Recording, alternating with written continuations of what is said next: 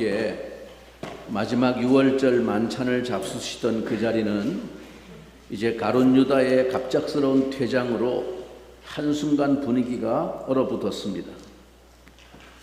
예수님은 마지막 순간까지 그 양심을 외면하고 돌이킬 기회를 닫아버린 이 유다를 향해서 결국 네 하는 일을 속히 하라 라는 마지막 선언을 하셨습니다. 그러자 가룟 유다는 벌떡 일어나서 문을 열고 나가버렸고, 주님은 이제 그야말로 때가 된 것을 아셨습니다. 그러나 이때 주님은 조금 후에 당할 그 참혹한 십자가의 죽음을 가리켜 영광이라는 말로 표현하고 있습니다. 31절 32절을 보면 그가 나간 후에 예수께서 이르시되 지금 인자가 영광을 받았고 하나님도 인자로 말미암아 영광을 받으셨도다. 만일 하나님이 그로 말미암아 영광을 받으셨으면 하나님도 자기로 말미암아 그에게 영광을 주시리니 곧 주시리라. 예수님도 영광을 얻으셨고 하나님도 영광을 얻으셨다는 말씀입니다. 왜 예수님은 지금 십자가를 앞에 놓고 영광을 얻으셨다고 말씀하셨을까요? 뒤에 요한복음 17장에 가서 보면 예수님이 이제 그 만찬 자리를 떠나시기 전에 마지막으로 제자들을 위한 기도를 드리시면서 이렇게 말씀하신 것이 나옵니다. 아버지께서 내게 하라고 주신 일을 내가 이루어 아버지를 이 세상에서 영화롭게 하였사오니. 예수님은 이 세상에 오셔서 하나님의 뜻을 이루기를 원하셨습니다. 하나님의 뜻이 뭡니까? 세상을 죄와 죽음의 속박에서 구원하여 영생을 주는 것입니다. 이것이 하나님이 그 아들을 세상에 보내신 뜻이고 목적이었습니다. 예수님이 이 세상 사람들의 죄를 지고 십자가에 죽지 않고는 이 뜻이, 아버지가 아들을 보내신 이 뜻이 절대 이루어질 수 없었기 때문입니다. 그런데 이제 드디어 예수님 앞에 그 십자가를 져야 할 순간이 다가왔습니다. 이 십자가를 지고 나면 온 세상을 구원하시고자 하는 그 하나님의 뜻이 이루어지게 될 것입니다. 예수님이 십자가를 바라보시며 하나님이 영광을 얻으셨다고 말씀하신 이유가 바로 여기에 있습니다. 십자가 죽음은 하나님의 뜻을 이룸으로써 하나님을 기쁘시게 하고 영화롭게 하는 일이었기 때문입니다. 하나님은 자기를 영화롭게 한 이 예수님을 그대로 내버려 두지 않으셨습니다. 예수님을 죽음에서 일으키시어 부활하게 하셨을 뿐 아니라 그를 이 세상 모든 인류를 구원할 영원한 구원자로 높이 세우셨으며 하나님 오른편에 앉히사 온 천하가 그 이름 앞에 무릎을 꿇고 주 곧 하나님이라 고백하게 만들었습니다. 십자가에 죽기까지 순종한 예수님을 높이 들어 영화롭게 하신 것입니다. 그러므로 이러한 영광을 미리 내다보시는 예수님으로서는 이 십자가의 죽음이 그냥 부들부들 떨면서 억지로 끌려가는 비참한 처형이라기보다는 하나님의 이름을 영화롭게 하고 자기 이름이 영화롭게 되는 계시의 사건이었던 것입니다. 우리는 예수님께서 바로 이 순간에 서로 사랑하라 라고 말씀하신 것이 이 십자가의 죽음을 코앞에 둔 그런 긴장된 순간부터였음을 기억할 필요가 있습니다. 이 요한복음에서 전체적으로 사랑하라 라는 말이 56번 나옵니다. 그런데 그 중에서도 예수님이 제자들에게 이제 마지막 고별 설교를 하시는 이 13장에서부터 마지막 21장 사이에 44번, 44번이 나온다는 사실, 사랑하라, 사랑하라. 이건 매우 특별한 일이 아닐 수 없습니다. 즉 사랑하라라는 이 말씀은 예수님이 이 세상을 떠나시기 전에 자기 제자들을 앉혀놓고 마지막으로 하고 싶었던 말씀들 가운데 가장 핵심되는 주제였던 것입니다. 주님은 지금까지 하신 말씀을 마무리하는 이제 결론적인 말씀을 하셨는데, 이날 주님이 주신 말씀과 교훈의 클라이막스라고 할 수 있습니다. 34절과 35절 우리 한 목소리로 한번 읽어보겠습니다. 주님이 마지막으로 우리에게 주신 계명입니다. 다 같이 새 계명을 너희에게 주노니 서로 사랑하라. 내가 너희를 사랑한 것 같이 너희도 서로 사랑하라. 너희가 서로 사랑하면 이로써 모든 사람이 너희가 내 제자인 줄 알리라. 예수님은 먼저 우리에게 사랑의 표준을 가르쳐 주셨습니다. 내가 너희를 사랑한 것 같이, 그게 표준입니다. 예수님이 우리를 사랑하신 그 사랑으로 사랑하라는 것입니다. 그 사랑은 어떤 사랑입니까? 무조건적으로 십자가에 죽기까지 자기 자신을 송두리째 내어주시며 희생해 주신 사랑입니다. 예수님의 사랑은 한순간 사랑하다가 마음이 변하면 끝나버리는 그런 사랑이 아닙니다. 제가 엊그제 우리 송은아 자매, 송은아 집사 가게 신방을 갔습니다. 신방 가서 대화를 나누는 중에 거기 뭡니까? 그 도자기 뭐 이렇게 컵 이런 거 부모들이 아이들 데리고 와서 혹은 또 뭐 커플들끼리 와가지고 기념으로 자기들이 거기 그림을 그려놓고 구워가지고 만드는 그런 공방이거든요. 그런데 젊은 커플들이 와가지고 뭐 온갖 그냥 낯간지러운 소리, 뭐 사랑해, 뭐 영원히, 뭐 하트, 뭐 해갖고 이니셜 아무개 영문으로 다 새겨갖고 뭐 다 서로 둘이 하나씩 나눠 갖는다고 다 만들어가지고 이제 그 구워서 만들어 완성하는데 한 일주일 걸린대요. 그럼 일주일 후에 이제 찾아가는데 그거 하러 올 때까지는 뭐 알콩달콩 온갖 요란을 다 떨다가 일주일 후에 완성돼 갖고 찾아가라고 전화를 하니까 그거 우리 헤어졌으니까 그냥 그 버리라고 그냥 그 여자애한테 전화하라고 서로 그래 버리고 간 게 많아가지고 그 아까워서 송은아 집사 집에 가면 그 집에 가서 쓰고 있대요. 버리는 거 있으면 달라고 그러세요. 일주일 만에 그 일주일 못 기다리고 헤어진 겁니다. 아주 낯간지럽게 와서 뭐 이러던 애들이 일주일 못 기다리고 헤어졌다. 이게 사람이 가지는 사랑입니다. 그러나 우리 주님이 우리에게 보여주신 내가 너희를 사랑한 것 같이, 그 사랑은 한 번 마음을 주시고는 끝까지 자기 사람들을 사랑하시되 끝까지 사랑하신, 변함없이 사랑해 주시는 바로 그 예수님의 사랑입니다. 예수님은 바로 이와 같은 사랑을 우리에게 표준으로, 너희가 서로 사랑하는데 어떻게 사랑하냐? 내가 너희를 사랑한 것 같이 그런 사랑으로 사랑하라. 그래서 우리는 솔직히 이 말씀 앞에서 자신감을 잃어버립니다. 솔직히 저 자신을 돌아보아도 이 사랑하는 것만큼 어려운 게 없습니다. 예수님이 우리에게 주신 표준, 내가 너희를 사랑한 것 같이, 이 표준이 너무 나의 본성과 나의 실상에는 너무 오를 수 없는 나무처럼 높기 때문입니다. 그래서 늘 이 말씀 앞에서는 기가 죽습니다. 그럼 어떻게 해야 할까요? 실천하기 어렵다고 포기하고 살까요? 아이고, 성경은 늘 그렇게 말하지. 그리고 교회에서는 의례 그렇게 말하지만은, 그러나 예수님 외에 이런 사랑을 할 수 있는 인간이 누가 있겠어? 그러면서 스스로 합리화하고 그냥 그렇게 살아도 되는 걸까요?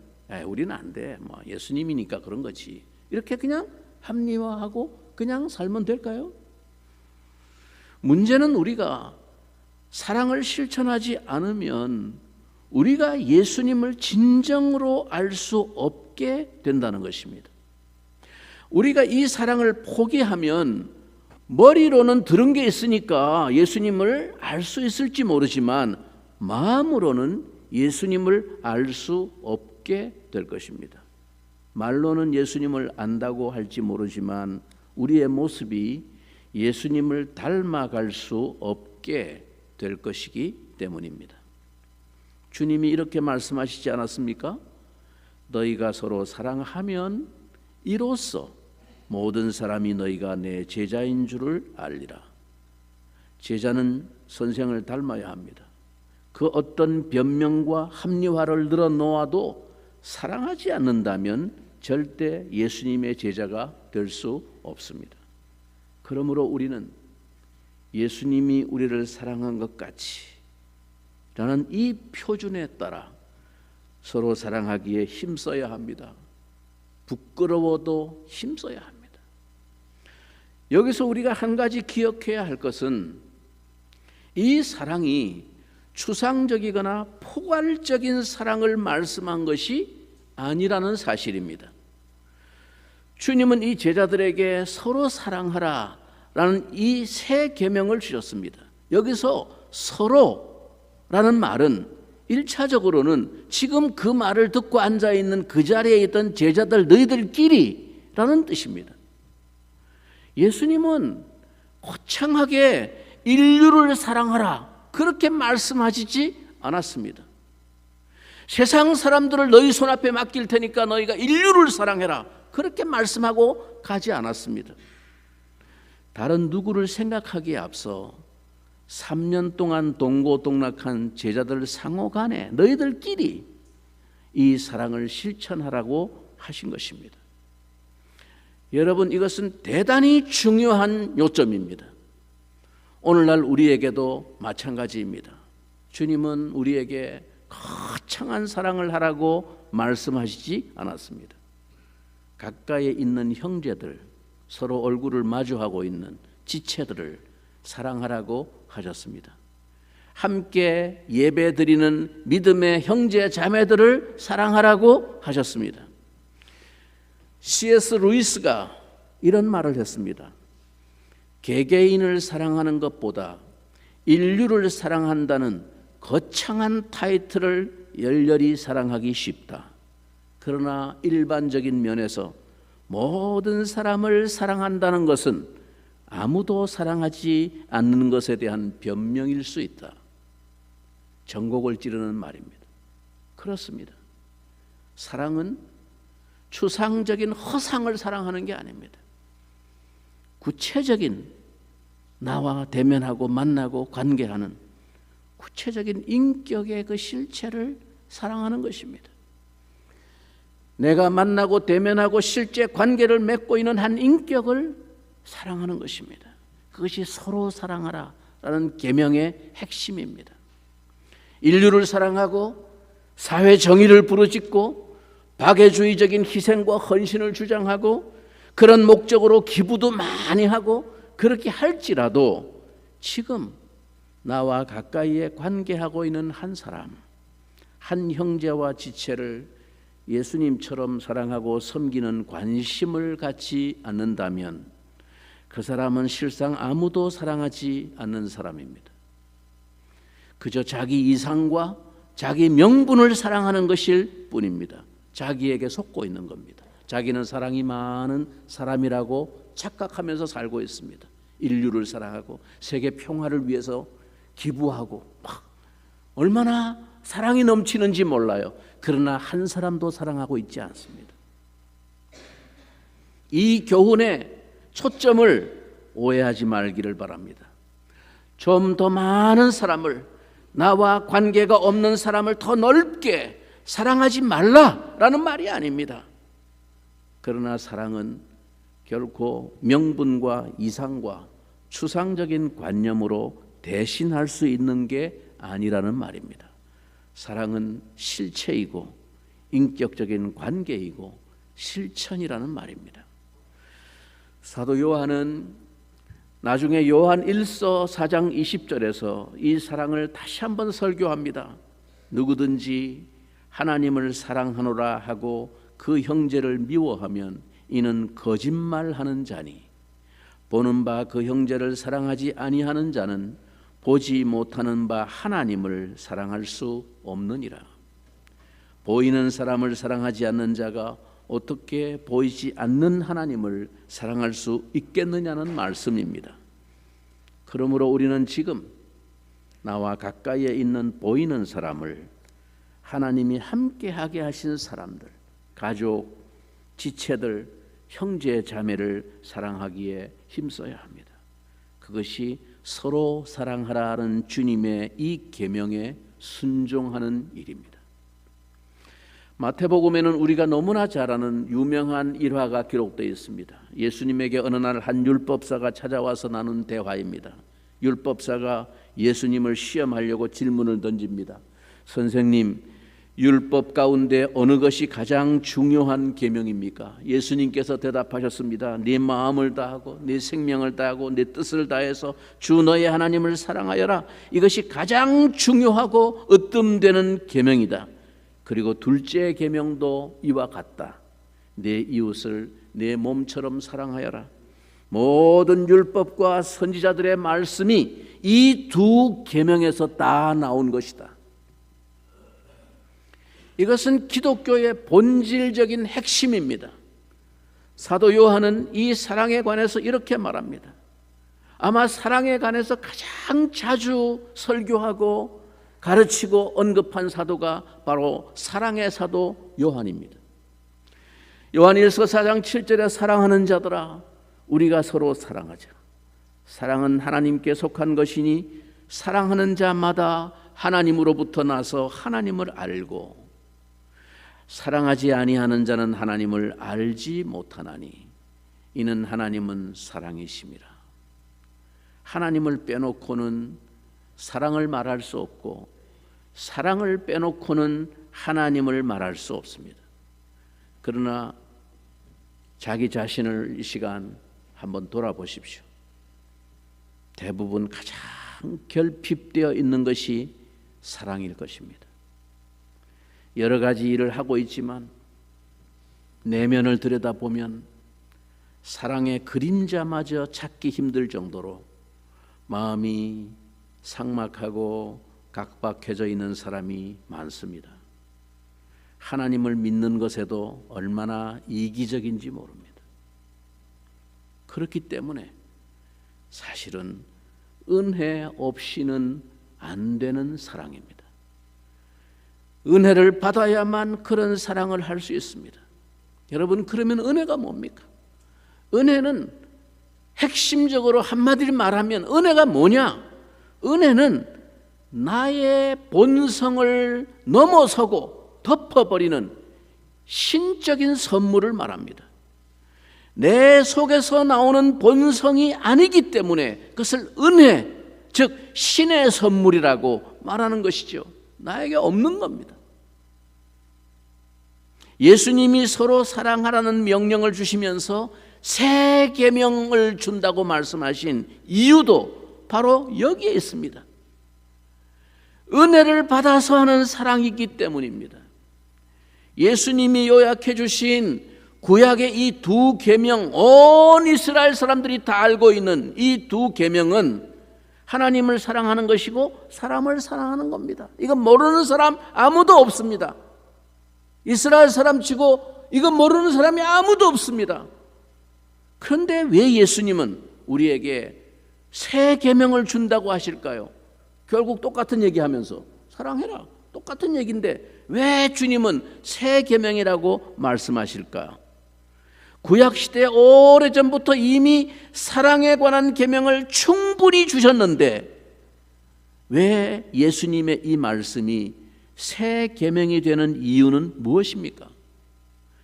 반드시 행해야 할 명령이라는 의미에서 이것도 계명은 똑같은 계명인데 구약에서 말하는 것과 같은 율법적인 의미의 계명과 다른 것이라서 새 계명이라고 하신 것입니다. 이것은 우리를 절망하게 만드는 무거운 짐과 같은 율법이 아닙니다. 율법은 우리를 절망케 만들었습니다. 아, 우리는 안 되는 인생이구나. 그런데 십자가 앞에서 주님의 대속을 통해서 내가 할 수 없는 그 일을 주님이 해결해 주신 그 은혜를 받으면 우리가 서로 사랑할 수 있습니다. 그래서 사도 바울은 그 사랑을 이렇게 감격으로 외쳤습니다. 로마서 5장 8절에 우리가 아직 죄인 되었을 때에 그리스도께서 우리를 위하여 죽으심으로 하나님께서 우리에 대한 자기의 사랑을 확증하셨느니라. 예수님이 우리를 사랑하신 그 사랑을 묵상하며 감격할 줄 아는 사람이라야 서로 사랑할 수 있습니다. 예수님의 사랑은 한마디로 십자가입니다. 십자가 사랑은 조건 없이 희생하는 영원한 사랑입니다. 우리가 경험해 본 적도 가져본 적도 없는 사랑을 예수님이 십자가에서 보여주셨습니다. 예수님이 주시는 이 새 계명의 독특성은 주님이 친히 본을 보여주셨다는 점과 성령이 이 사랑을 우리에게 부어주신다는 점입니다. 이게 새 계명의 특별함입니다. 그래서 사도 바울은 로마서 5장 5절에서 우리에게 주신 성령으로 말미암아 하나님의 사랑이, 이 하나님의 사랑이 우리 마음에도 부은 바 되었다라고 고백했습니다. 성령으로 말미암아 이 하나님의 사랑이 원래 없던, 우리의 본성에 원래 없던 그 사랑이 우리에게 부은 바 되었다. 그래서 그것을 은혜라고 말하는 것입니다. 신의 선물인 것이죠. 여러분, 성령을 통해서 하나님의 이 사랑을 우리 마음에 부어주시기를 갈망하십시오.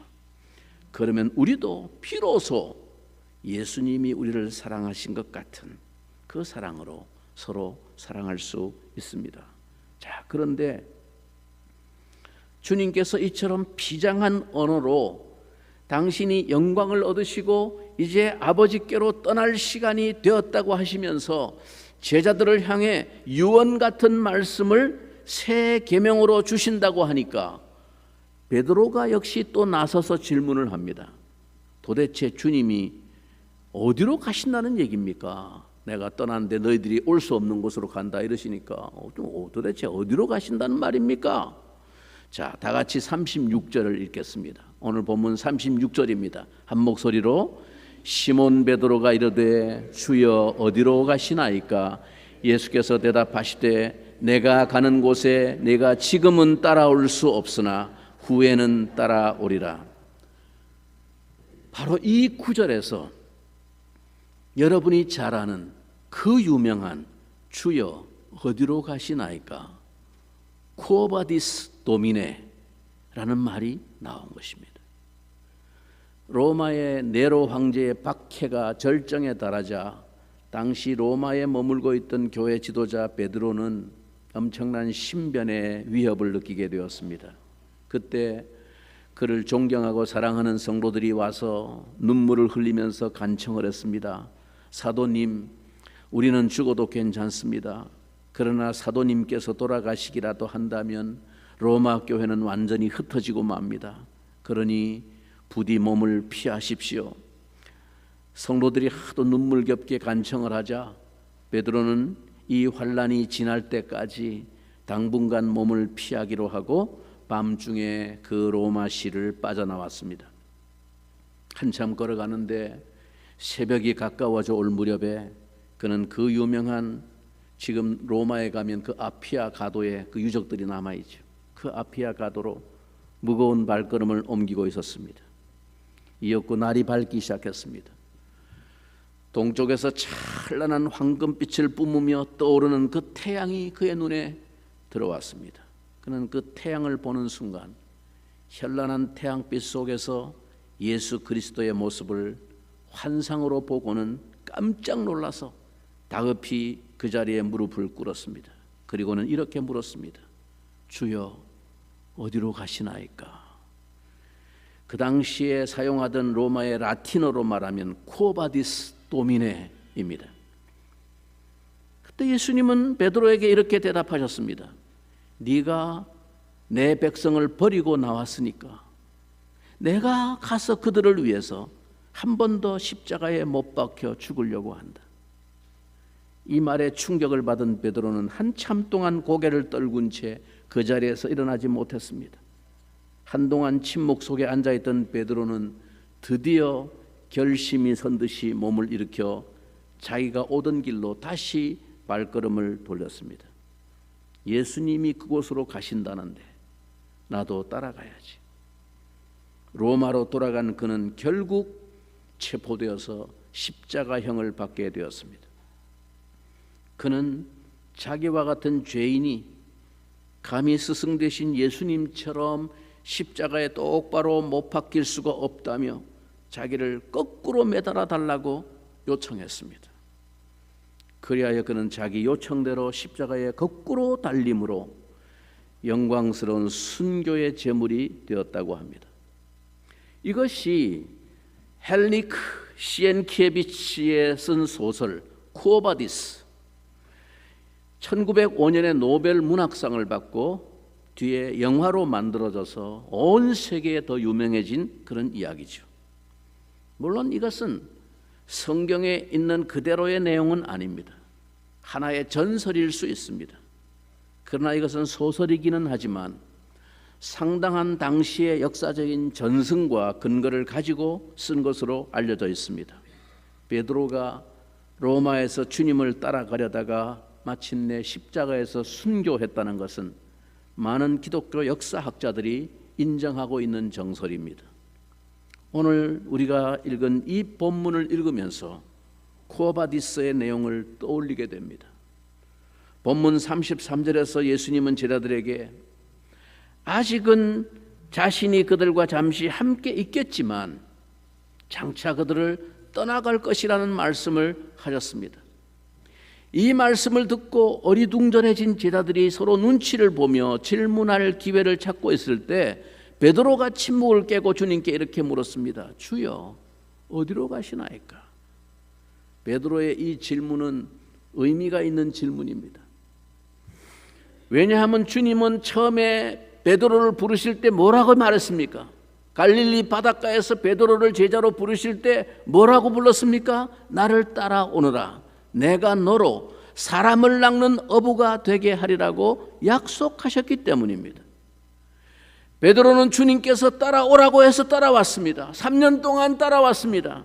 그런데 이제 주님은 자신들이 따라올 수 없는 곳으로 가신다는 겁니다. 주님께서 너희가 갈 수 없는 곳에 간다고 하시는 이 말씀은 자신의 죽음을 두고 하시는 말씀입니다. 지금 이 예수님의 죽음은 어느 누구도 함께 할 수 없는 죽음입니다. 오직 예수님 혼자 감당하셔야 하는 죽음이고 고통이었습니다. 그러나 나중에는 베드로도 이런 죽음으로 죽을 것을 아셨습니다. 베드로는 참으로 귀한 사람이었습니다. 나중에 그도 남이 함께 나눌 수 없는 죽음의 길을 갔습니다. 그러나 베드로는 아니라고, 지금 주님을 나는 끝까지 따르겠다고 고집을 부립니다. 37절 베드로가 이르되 주여, 내가 지금은 어찌하여 따라갈 수 없나이까? 주를 위하여 내 목숨을 버리겠나이다. 베드로는 주님을 위해서 죽을 각오가 되어 있었습니다. 그러나 그것은 단순한 자기 생각이었습니다. 그래서 주님께서 뭐라고 말씀하십니까? 예수께서 대답하시되 네가 나를 위하여 내 목숨을 버리겠느냐? 내가 진실로 진실로 네게 이르노니 닭 울기 전에 네가 3번 나를 부인하리라. 주님은 베드로가 얼마나 연약한지 잘 알고 계셨습니다. 그의 마음과 의욕은 높았지만 실제로 그가 할 수 있는 것은 주님을 부인하고 위기를 벗어나는 것밖에 없었습니다. 우리는 우리 자신을 잘 알지 못합니다. 우리의 미래의 삶에 대해서는 더욱더 알지 못합니다. 그러나 주님은 잘 알고 계십니다.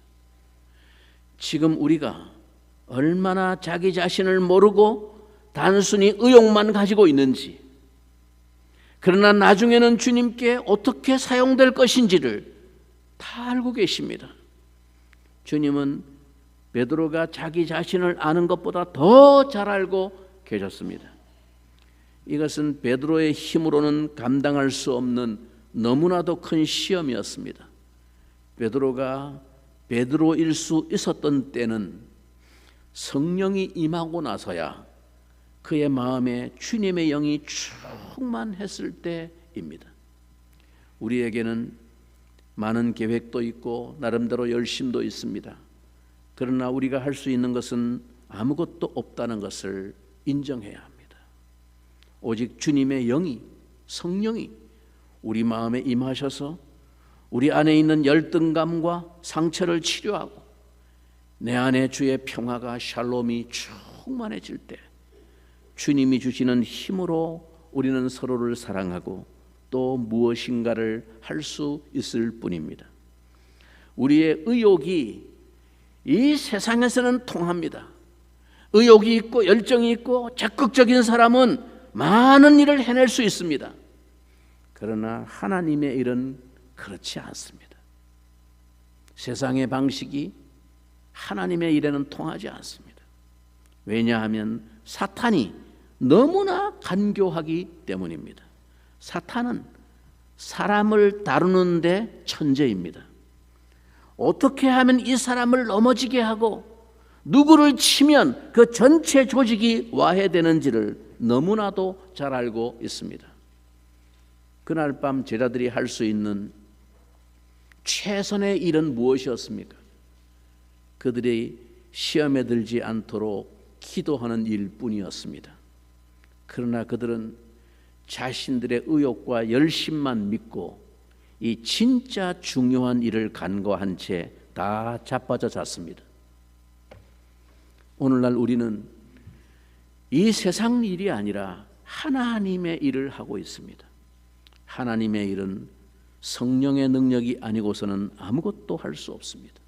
여지없이 넘어집니다. 성령이 하시는 일이 뭡니까? 성령은 먼저 우리를 낮추어서 종이 되게 하는 일을 하십니다.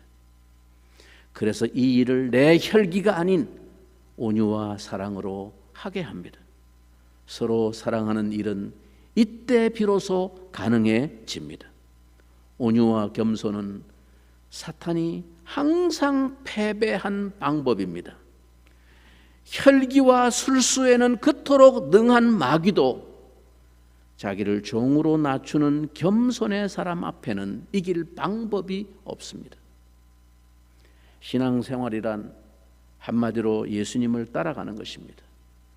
우리는 날마다 주여 어디로 가시나이까? 라고 주님께 물어야 합니다. 주님 가신 길을 저도 걷게 하옵소서 라고 간절히 기도해야 합니다. 우리가 구원받고 하나님의 이 은혜를 입었으면 그 다음에는 우리 아버지 하나님의 뜻이 무엇인지를 구하고 이제 그분을 위해 어떻게 살 것인가를 물어야 합니다. 이것이 예수님을 따라가는 올바른 신앙생활입니다. 오늘 한국 교회가 왜 이렇게 되었다고 생각하십니까? 하나님의 뜻은 안중에도 두지 않고 날마다 자기 중심적인 생각에 사로잡혀 그저 위로나 받으려고 하고 복이나 받으려고 하는 천박한 신앙생활을 하는 사람들이 많기 때문이 아니고 무엇이겠습니까? 주여 어디로 가시나이까? 내가 가는 곳에 네가 지금은 따라올 수 없으나 후에는 따라오리라. 지금은 아직 주님의 십자가 죽음에 함께하지 못하지만 우리가 먼저 주님이 나를 사랑하신 것 같이 서로를 사랑하는 일에 순종하면 후에는 나는 죽고 내 안에 사시는 예수 그리스도의 영이 나를 이끌어 기쁨으로 십자가를 지고 주님을 따르는 자가 될 것입니다. 이 은혜가, 이 소망이 오늘 연약한 우리 모두의 영혼에 충만하시기를 주님의 이름으로 간절히 축원합니다. 오늘 이 말씀을